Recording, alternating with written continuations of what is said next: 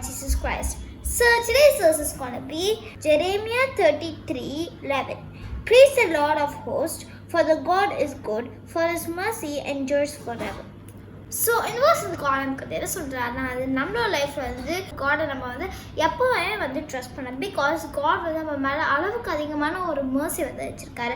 நிறைய பேர் பார்த்தோம்னா அவங்க வந்து சொல்லுவாங்க, காட் வந்து என் மேலே அவ்வளோ இறக்க வச்சுருந்தா ஏன் என்னோட லைஃப்பில் இவ்வளோ பிரச்சனை கொடுக்குறாரு, ஏன் என்னோட லைஃப்பில் இவ்வளோ கஷ்டத்தை வந்து காட் எனக்கு வந்து கொடுக்காரு அப்படின்னு வந்து அவங்க வந்து காடை வந்து கேட்பாங்களா.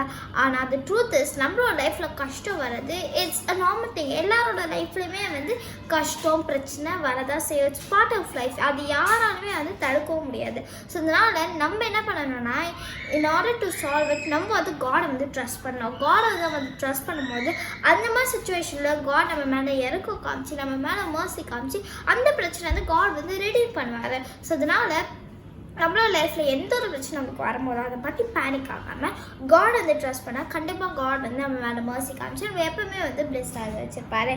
சரி, நான் ப்ரேயர் பண்ணலாமா?